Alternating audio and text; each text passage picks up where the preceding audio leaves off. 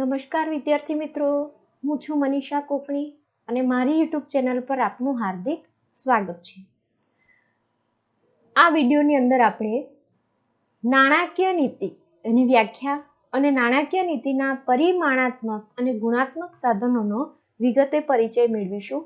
આ ચોથા ચેપ્ટરનો છેલ્લો જ ભાગ છે. તો ચાલો મિત્રો, આપણે નાણાકીય નીતિ એના સાધનો વિશે પરિચય મેળવીએ. નાણાકીય નીતિ શું છે? આપણે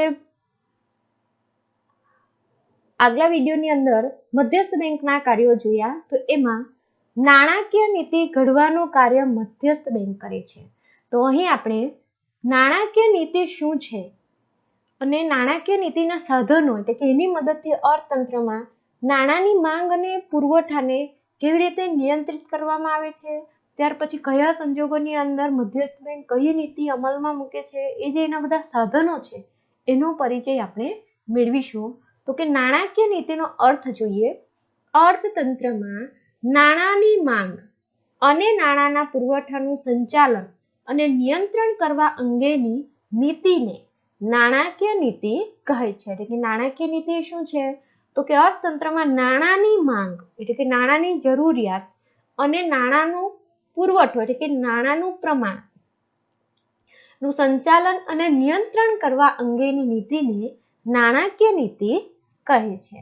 ત્યારબાદ આપણે એની સૈદ્ધાંતિક વ્યાખ્યા જોઈએ. તો કે નાણાકીય નીતિ એટલે નાણાકીય સત્તા દ્વારા લેવાયેલા એવા સભાન પગલાં જે નાણાંના જથ્થા, ઉપલબ્ધિ અને નાણાંના ખર્ચમાં પરિવર્તન લાવે એવી નીતિ એટલે નાણાકીય નીતિ છે. એટલે કે નાણાકીય નીતિ શું છે? તો કે નાણાકીય સત્તા દ્વારા લેવાયેલા એવા સભાન પગલાં છે જે નાણાંના જથ્થા એટલે કે નાણાંનો પુરવઠો, એની ઉપલબ્ધિ અને નાણાંનો ખર્ચ એટલે કે માંગ વગેરેમાં પરિવર્તન લાવે એવી નીતિ એને નાણાકીય નીતિ કહે છે. સામાન્ય રીતે બીજી વ્યાખ્યા જોઈએ તો કે સામાન્ય આર્થિક નીતિના હેતુઓ સિદ્ધ કરવા માટે મધ્યસ્થ બેંકના હસ્તક નાણાંના પુરવઠાને અંકુશિત કરવાના સાધનો સોંપતી નીતિ એટલે નાણાકીય નીતિ. એટલે કે નાણાકીય નીતિ શું છે? તો કે મધ્યસ્થ બેંકના હસ્તક નાણાંના પુરવઠાને અંકુશિત કરવાના સાધનો સોંપતી એક નીતિ છે, જેને આપણે નાણાકીય નીતિ કહીએ છીએ. એનો મૂળ ઉદ્દેશ્ય કયો? તો કે મધ્યસ્થ બેંક દ્વારા એટલે કે અર્થતંત્રની અંદર નાણાંના પુરવઠાને નિયંત્રિત કરવું એટલે કે ફુગાવો કે મંદીની સ્થિતિ ન સર્જાય કે બંને સ્થિતિની અંદર કયા પગલાં લેવા વગેરે જે સાધનો છે તે સોંપતી નીતિ એટલે નાણાકીય નીતિ. બીજી રીતે કહીએ તો કે દેશમાં આર્થિક વિકાસની પ્રક્રિયાને ધ્યાનમાં રાખીને પ્રજાનું હિત જાળવીને આર્થિક સ્થિરતા જાળવવા મધ્યસ્થ બેંક દ્વારા નાણાંનો પુરવઠો અંકુશિત કરવા અંગેની નીતિ એટલે નાણાકીય નીતિ. મિત્રો, આ એની 4 વ્યાખ્યાઓ છે. જે સરળ લાગે એ વ્યાખ્યા તમે તૈયાર કરીને લખી શકો. અહીંયા આપણે જોઈએ છેલ્લી જે વ્યાખ્યા છે તો કે દેશમાં નાણાકીય નીતિ શું છે, એનું શું મહત્વ છે આપણા અર્થતંત્ર માટે? તો કે દેશમાં આર્થિક વિકાસની પ્રક્રિયાને ધ્યાનમાં રાખીને કે દેશની આર્થિક વિકાસ પણ કરવાનો છે, બરાબર? એટલે કે દેશમાં આર્થિક વિકાસની પ્રક્રિયાને ધ્યાનમાં રાખીને પ્રજાનું હિત જાળવીને એટલે કે પ્રજાને કોઈ નુકસાન ન થાય એના કલ્યાણને પણ અહીં ધ્યાનમાં લેવાનું છે. પ્રજાનું હિત જાળવીને આર્થિક સ્થિરતા જાળવવા. આર્થિક સ્થિરતા તો કે દેશ આર્થિક સ્થિરતા સાથે સતત આર્થિક વિકાસ સાધે એ પ્રકારની નીતિ અહીં ઘડવામાં આવે છે. એટલે કે આર્થિક સ્થિરતા જાળવવા મધ્યસ્થ બેંક દ્વારા નાણાંનો પુરવઠો અંકુશિત કરવા અંગેની નીતિ એટલે નાણાકીય નીતિ. એટલે કે અર્થતંત્રમાં રહેલા નાણાંના પુરવઠાને અંકુશિત કરવાની આ એક નીતિ છે. પણ સાથે સાથે એમાં 3 બાબતોને પણ ધ્યાનમાં લેવાય છે. એક તો દેશનો આર્થિક વિકાસ પણ કરવાનો છે, સાથે પ્રજાનું હિત પણ જાળવવાનું છે અને આર્થિક સ્થિરતા પણ જાળવવાની છે. તો આ બધાને ધ્યાનમાં લઈને જે નીતિ ઘડવામાં આવે છે એ નાણાકીય નીતિ છે. નાણાકીય નીતિના મુખ્ય સાધનો આ પ્રમાણે છે કે નાણાંના પુરવઠાને અંકુશિત કરવા માટે નાણાકીય નીતિની અંદર મુખ્ય બે સાધનો છે. પહેલું સાધન છે પરિમાણાત્મક સાધનો અને બીજું છે ગુણાત્મક સાધનો. પરિમાણાત્મક સાધનોમાં તો કે પરિમાણાત્મક સાધનોમાં પહેલું છે bank rate, repo rate, reverse repo rate, કપરા સમયમાં સ્થિરતા લાવવાની જોગવાઈ, પાંચમું છે રોકડ અનામત પ્રમાણ જેને આપણે CRR તરીકે ઓળખીએ છીએ, છઠ્ઠું છે કાયદા માન્ય પ્રવાહિતાનું પ્રમાણ SLR, સાતમું છે ખુલ્લા બજારના કાર્યો અને આઠમું છે સ્ટરીલાઇઝેશનની નીતિ. આ 8 જે સાધનો છે એ પરિમાણાત્મક સાધનો છે. અને ગુણાત્મક સાધનોમાં ધિરાણની ટોચ મર્યાદા, માર્જિનની જરૂરિયાત, ભેદભાવયુક્ત વ્યાજના દર અને સલામતીની જરૂરિયાત. તો આજે 4 જે સાધનો છે એ ગુણાત્મક સાધનો છે. હવે એનો આપણે વિગતે પરિચય મેળવીએ. પ્રથમ આપણે જોઈશું પરિમાણાત્મક સાધનો. પહેલા તો આપણે પરિમાણાત્મક સાધનો એટલે શું? તો કે પરિમાણાત્મક સાધનો એટલે એવા સાધનો જે આખા અર્થતંત્ર પર એક સરખી અસર પહોંચાડે છે. એટલે કે જે સાધનો સમગ્ર અર્થતંત્ર પર એક સરખી અસર પહોંચાડે છે તે સાધનો પરિમાણાત્મક સાધનો છે. આ સાધનોને સામાન્ય સાધનો પણ કહે છે. એટલે કે પરિમાણાત્મક સાધનો એટલે શું? તો કે સમગ્ર અર્થતંત્ર પર એક સરખી અસર પહોંચાડે છે તેવા સાધનોને પરિમાણાત્મક સાધનો કહે છે. આ સાધનોમાં પહેલા આપણે જોઈએ બેંક રેટ. મોટાભાગે આપણે બેંક રેટથી આપ સૌ પરિચિત હશો જ અને સાંભળ્યું પણ હશે બેંક રેટ શું છે તે. તો બેંક રેટ શું છે? તો બેંક રેટ એટલે RBI વેપારી બેંકોને લાંબા ગાળાનું ધિરાણ જે વ્યાજના દરે આપે તેને બેંક રેટ કહે છે. અહીં ખાસ યાદ રાખવાનું, બેંક રેટ એટલે RBI વેપારી બેંકોને લાંબા ગાળાનું ધિરાણ જે વ્યાજના દરે આપે તેને બેંક રેટ કહે છે. એટલે કે બેંક રેટ એ લાંબા ગાળા માટેનું સાધન છે, ટૂંકા ગાળા માટેનું નથી. એટલે કે લાંબા ગાળાનું ધિરાણ જે વ્યાજના દરે આપે તેને બેંક રેટ કહેવાય. ત્યારબાદ બેંક રેટ ખૂબ નીચો રાખવાની નીતિને સસ્તા નાણાંની નીતિ કહે છે અને બેંક રેટ ખૂબ ઊંચો રાખવાની નીતિને મોંઘા નાણાંની નીતિ કહે છે. મિત્રો, આ સાધનની મદદથી અર્થતંત્રમાં નાણાંના પુરવઠાને મધ્યસ્થ બેંક કેવી રીતે નિયંત્રિત કરે છે તે આપણે આમાં ખાસ સમજવાનું છે. તો અહીં આગળ સસ્તા નાણાંની નીતિ અને મોંઘા નાણાંની નીતિ, એટલે કે જ્યારે બેંક રેટ ઘટાડી દેવામાં આવે તો એને સસ્તા નાણાંની નીતિ કહેવાય અને બેંક રેટ જ્યારે ખૂબ ઊંચો કરી દેવામાં આવે કે વધારી દેવામાં આવે તો એને મોંઘા નાણાંની નીતિ. ને આપણે હવે સમજતા જઈએ એટલે તમને ખ્યાલ આવશે. સસ્તા નાણાંની નીતિમાં વ્યાજ દર નીચો હોય માટે લોકોને ધિરાણ સસ્તું પડે છે માટે એને સસ્તા નાણાંની નીતિ કહેવાય. અને જ્યારે બેંક રેટ ઊંચો હોય તેવા સંજોગોમાં બેંકમાંથી ધિરાણ મેળવનાર લોકો માટે વ્યાજનો દર ઊંચો હોય છે માટે નાણું મોંઘું પડે છે. માટે મોટાભાગના લોકો ધિરાણ લેવાનું ઓછું કરે છે. એ રીતે એ મોંઘા નાણાંની નીતિ, એટલે કે મોંઘા નાણાંની નીતિ મોટાભાગે ફુગાવાની સ્થિતિમાં અમલમાં મૂકવામાં આવે છે અને સસ્તા નાણાંની નીતિ જ્યારે મંદીની સ્થિતિ હોય ત્યારે એને અમલમાં મૂકવામાં આવે છે.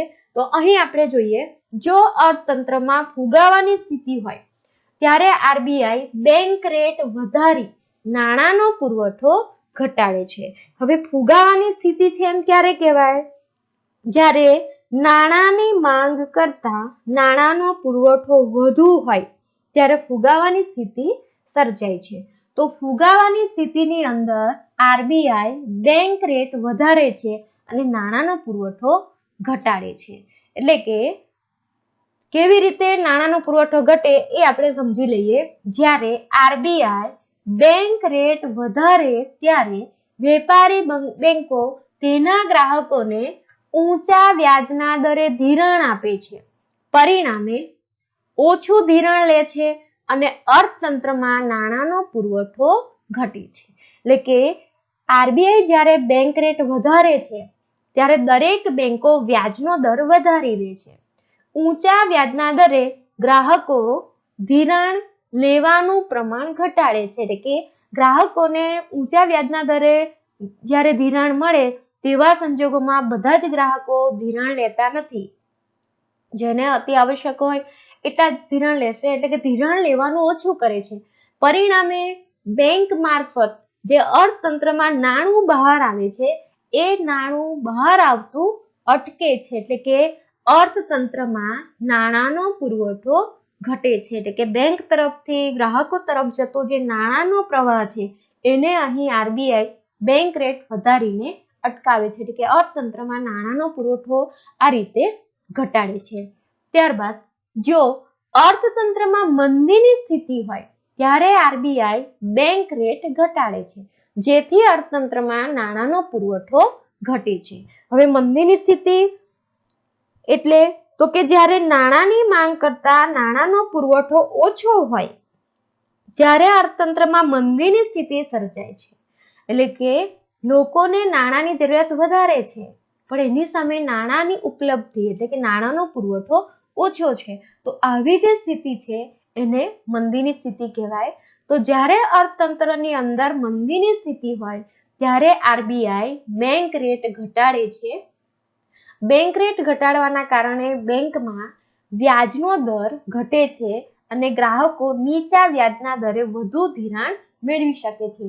એટલે કે અર્થતંત્રમાં જે નાણાંનો પુરવઠો ઘટી ગયો હતો તે વધે છે. એટલે કે જેથી અર્થતંત્રમાં બેંક તરફથી આવતું જે નાણાંનો જે પ્રવાહ છે તે વધારી શકાય છે. એટલે કે મંદીના સમયમાં આરબીઆઈ બેંક રેટ ઘટાડે છે, જેથી અર્થતંત્રમાં નાણાંનો પુરવઠો વધે છે. ત્યાર પછી બીજું સાધન છે રેપો રેટ. રેપો રેટ એ ટૂંકા ગાળા માટેનું સાધન છે. આરબીઆઈ વેપારી બેંકોને ટૂંકા ગાળા માટે જે વ્યાજના દરે ધિરાણ આપે છે તે દરને રેપો રેટ કહે છે. એટલે કે રેપો રેટ એ શું છે તો એ ટૂંકો ગાળો યાદ રાખવાનો. આરબીઆઈ વેપારી બેંકોને ટૂંકા ગાળા માટે જે વ્યાજના દરે ધિરાણ આપે છે તે દરને રેપો રેટ કહે છે.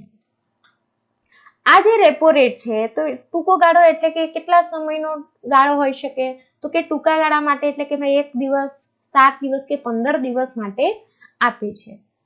હવે રેપો રેટનો ઉપયોગ જે રીતે આપણે ઉપર જોઈ ગયા કે ફુગાવાની સ્થિતિમાં મધ્યસ્થ બેંક શું કરશે અને મંદીની સ્થિતિ હોય તો શું કરે, એટલે કે નાણાંના પુરવઠાને નિયંત્રિત કરવા માટે આ સાધનનો ઉપયોગ મધ્યસ્થ બેંક કેવી રીતે કરે છે તે જ બાબત આપણે દર વખતે દરેક સાધનોમાં સમજવાની છે. તો કે ફુગાવાના સમયે આરબીઆઈ રેપો રેટ વધારે છે, જેથી વેપારી બેંકો આરબીઆઈ પાસેથી ઓછું ધિરાણ લે છે અને ગ્રાહકોને ઊંચા વ્યાજના દરે ધિરાણ આપે છે.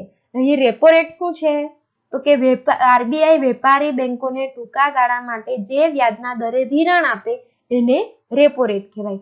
હવે જ્યારે રેપો રેટ વધારે છે એટલે કે આરબીઆઈ જ્યારે રેપો રેટનું પ્રમાણ વધારી દે તો શું થાય, વેપારી બેંકોને આરબીઆઈ પાસેથી નાણું મોંઘું પડે છે. એટલે કે આરબીઆઈ પાસેથી જે કંઈ નાણું મળે છે એનો વ્યાજનો દર ઊંચો હોય માટે આરબીઆઈ પાસેથી વેપારી બેંકો નાણું ઊંચા વ્યાજના દરે મેળવે છે.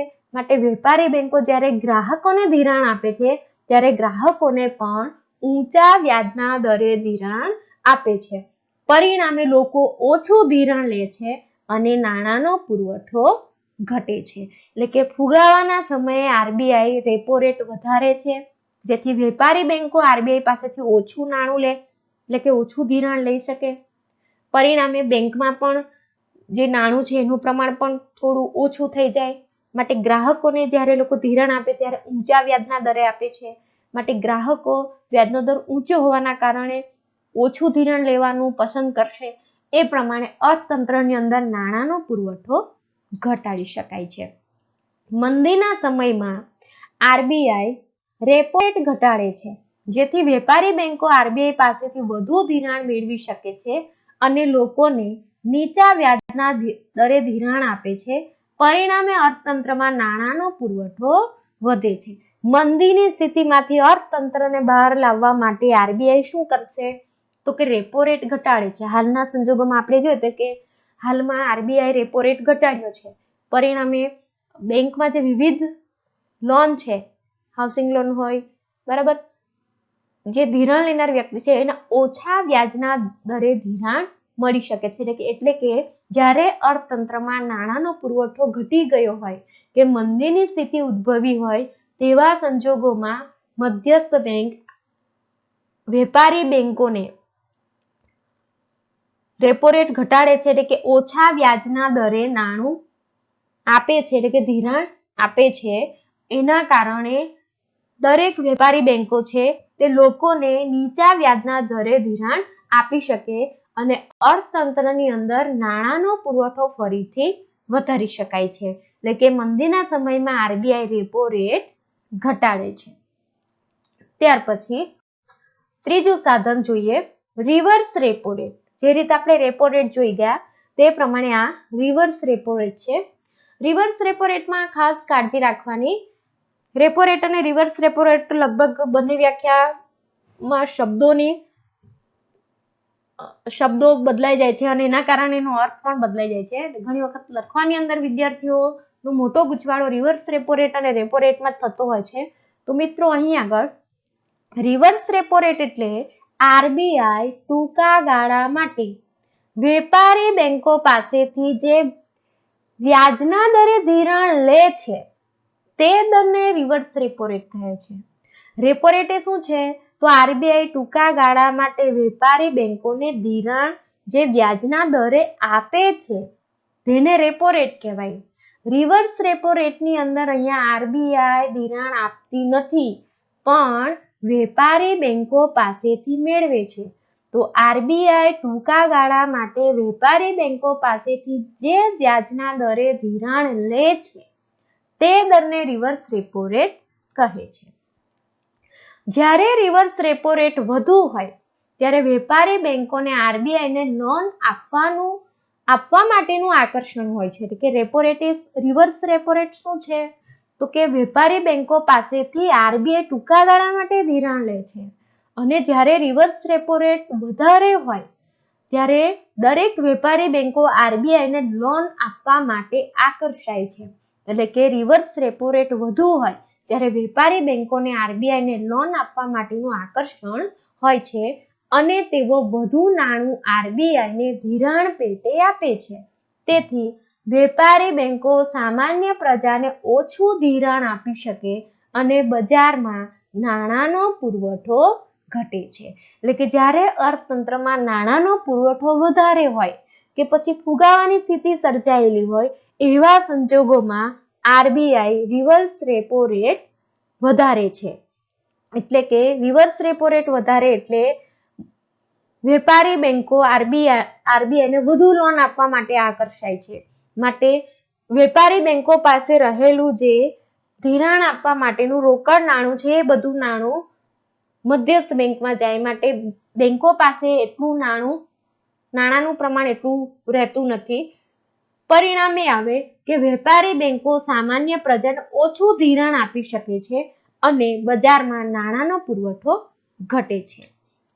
ત્યાર પછી ફુગાવાના સમયમાં આરબીઆઈ રિવર્સ રેપો રેટ વધારે છે જેથી નાણાંનો પુરવઠો ઘટે છે. એટલે કે અહીંયા નાણાંનો પુરવઠો ઘટાડવા માટે મધ્યસ્થ બેંક શું કરે? તો કે રિવર્સ રેપો રેટ વધારે છે માટે મોટાભાગની વેપારી બેંકો આરબીઆઈને લોન આપવા માટે આકર્ષાય છે જેથી સામાન્ય પ્રજાને ઓછું ધિરાણ મળે અને નાણાંનો પુરવઠો ઘટાડી શકાય. જ્યારે મંદીની સ્થિતિ હોય એટલે કે મંદીના સમયમાં આરબીઆઈ રિવર્સ રેપો રેટ ઘટાડે છે જેથી નાણાંનો પુરવઠો વધે છે. એટલે કે અર્થતંત્રમાં નાણાંની જરૂરિયાત વધારે છે ક્યાં તો નાણાંનો પુરવઠો ઘટી ગયો છે. આવા સંજોગોમાં આરબીઆઈ શું કરશે? તો કે રિવર્સ રેપો રેટ ઘટાડે છે. એટલે કે જે વેપારી બેંકો છે એ લોકો હવે આરબીઆઈને વધુ લોન આપવા માટે આકર્ષાતા નથી. કેમ? તો કે એ લોકોને જે રિવર્સ રેપો રેટ ઘટાડ્યો છે માટે એટલો લાભ થતો નથી. માટે એ લોકો મધ્યસ્થ બેંકને આપવાના બદલે સામાન્ય પ્રજાને વધુ ધિરાણ આપવા માટે આકર્ષાય છે અને પરિણામે અર્થતંત્રમાં નાણાંનો પુરવઠો વધારી શકાય છે. ત્યાર પછી ચોથું સાધન છે કપરા સમયમાં સ્થિરતા લાવવા માટેની જોગવાઈ. આ એક વિશિષ્ટ જોગવાઈ છે જેમાં કપરા સંજોગોમાં નાણાંની અછતના સમયે વેપારી બેંકો આરબીઆઈ પાસે સરકારી જામીનગીરીઓ મૂકીને નિર્ધારિત દરે ધિરાણ લે છે. આ દર રેપો રેટ કરતા વધુ હોય છે. કપરા સમયમાં એટલે કે જ્યારે નાણાકીય કટોકટી હોય, નાણાંની અછત હોય એવા સંજોગોમાં વેપારી બેંકો આરબીઆઈ પાસે પોતાની પાસે રહેલી સરકારી જામીનગીરીઓ મૂકીને નિર્ધારિત દરે ધિરાણ લે છે. આ દર રેપો રેટ કરતા વધુ હોય છે. 2016માં આ દર 7% હતો, જેને માર્જિનલ સ્ટેન્ડિંગ ફેસિલિટી કહેવાય છે. ત્યાર પછી પાંચમો જોઈએ રોકડ અનામત પ્રમાણ, તો કે કેશ રિઝર્વ રેશિયો, અહીંયા CRR તરીકે આપણે એને ઓળખીએ છીએ. આરબીઆઈના 1934ની ધારા મુજબ દરેક વેપારી બેંકોએ પોતાની થાપણોના અમુક ટકા જેટલી રકમ આરબીઆઈ પાસે રોકડ અનામત તરીકે રાખવાની હોય છે. તે ટકાવારી પ્રમાણે રોકડ અનામત પ્રમાણ કહેવાય છે.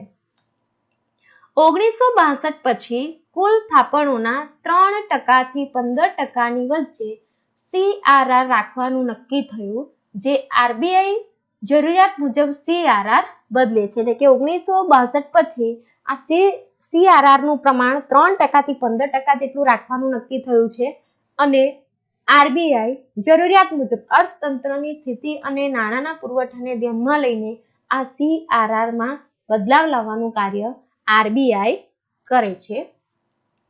આ CRR નો મુખ્ય હેતુ, તો કે રોકડ અનામત પ્રમાણ રાખવાનો મુખ્ય હેતુ શું છે? તો કે મુખ્ય હેતુ બેન્કિંગ વ્યવસ્થા પાસે પૂરતા પ્રમાણમાં રોકડા નાણાં રહે તે માટેનો છે. આ ટૂંકા પ્રશ્નોમાં પૂછાય છે.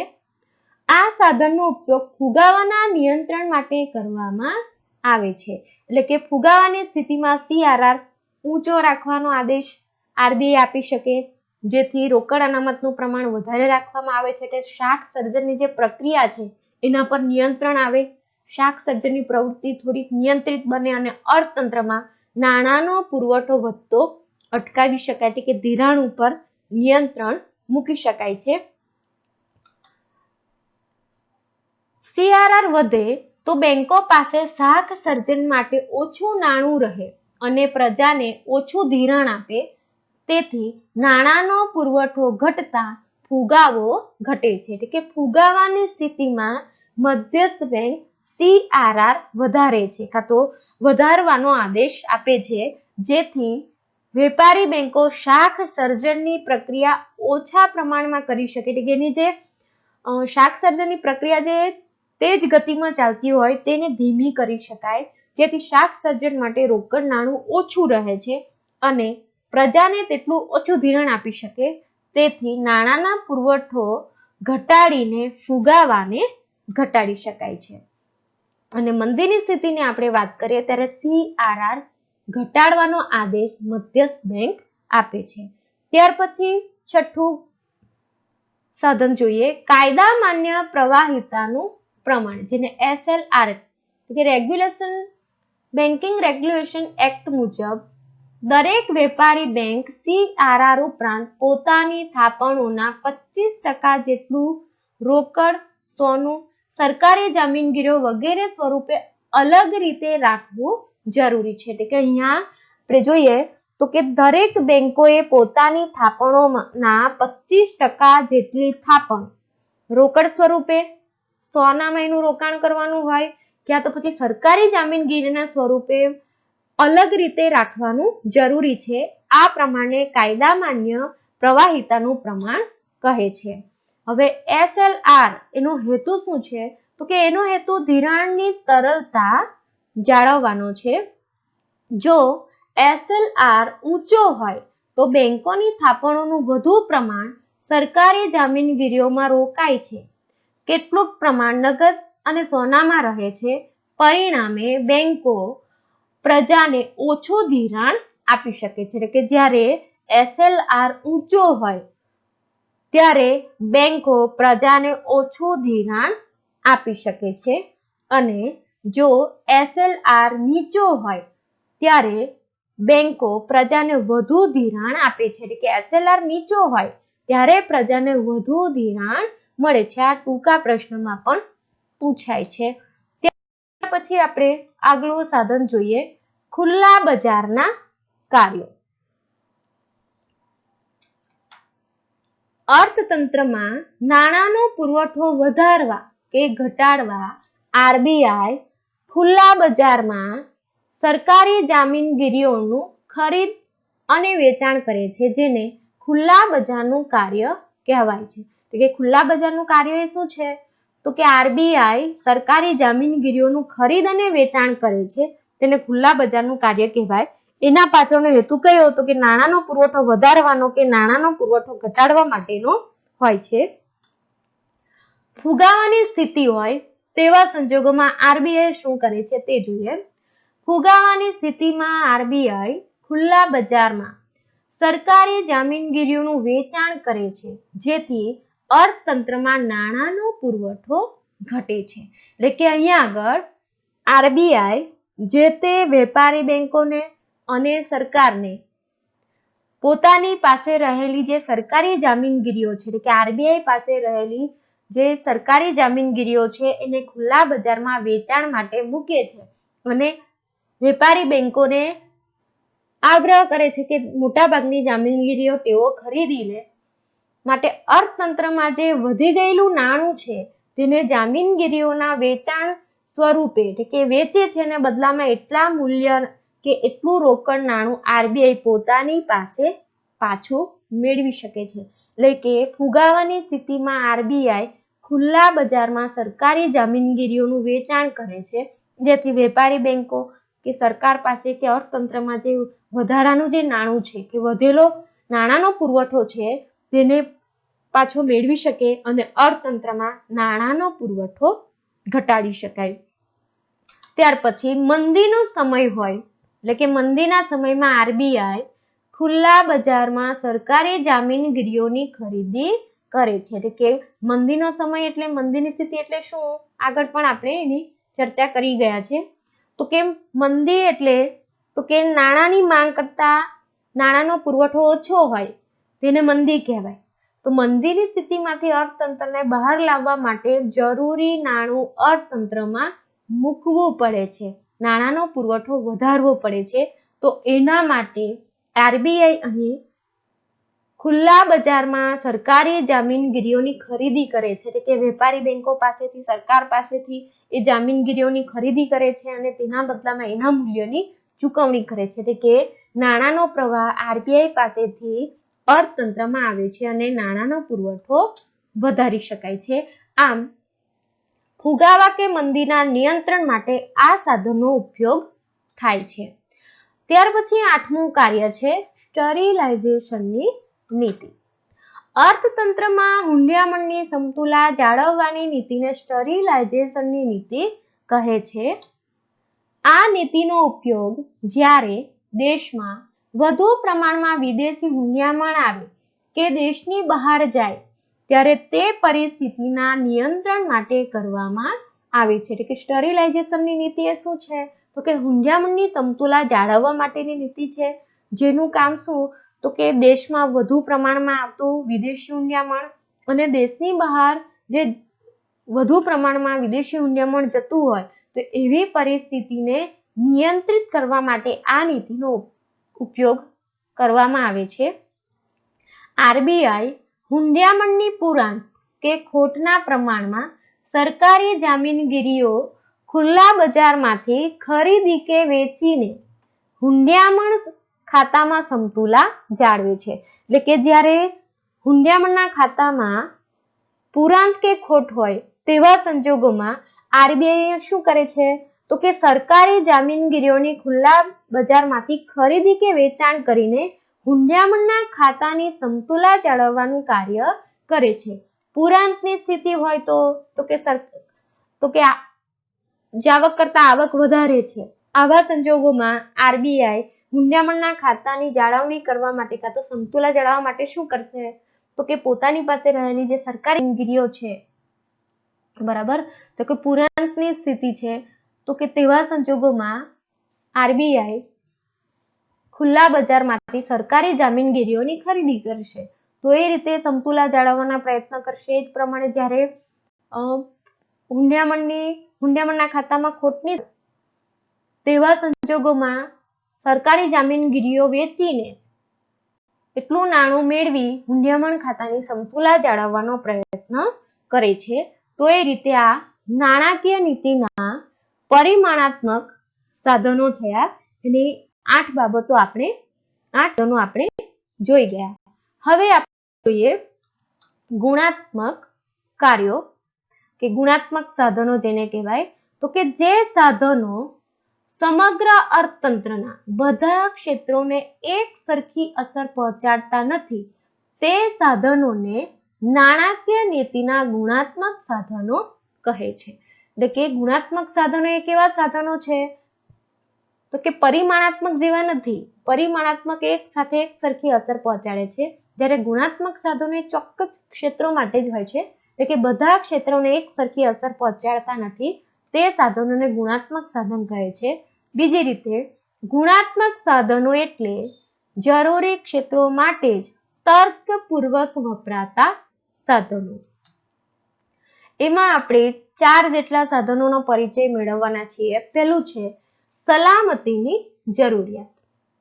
વેપારી બેંકો ધિરાણ આપે ત્યારે સલામતીના હેતુથી ધિરાણ લેનાર વ્યક્તિ પાસે ઘરેણાં, થાપણો, કાર, ઘર, જમીન જેવી મિલકતો બાંહેધરી પેટે લખાવી લે છે.